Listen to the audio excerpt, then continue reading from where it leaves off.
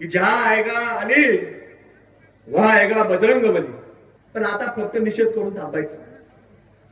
आता आपल्याला तो हल्ला तो नावावर जरी भारतवर झाला असला तर तो आता नव्या भारतवरती हल्ला झालेला आहे, हे लक्षामध्ये तुम्ही घ्या.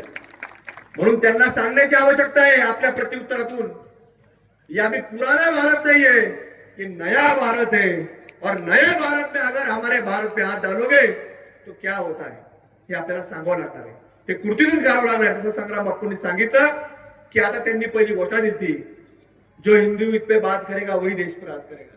आता त्यांनी ती व्याख्या बदलली. त्यांनी सांगितलं, काय सांगितलं, जो हिंदू पे काम करेगा वही देश पे राज करेगा. आणि म्हणून त्या व्याख्याप्रमाणे आपल्याला आता कृतीमध्ये उतरावं लागणार आहे की या नए भारत में क्या चलेगा और क्या नहीं चलेगा हे आपल्या सर्वांना दाखवून द्यावं लागणार. आज मोर्चा झाला, मोर्चा होईल.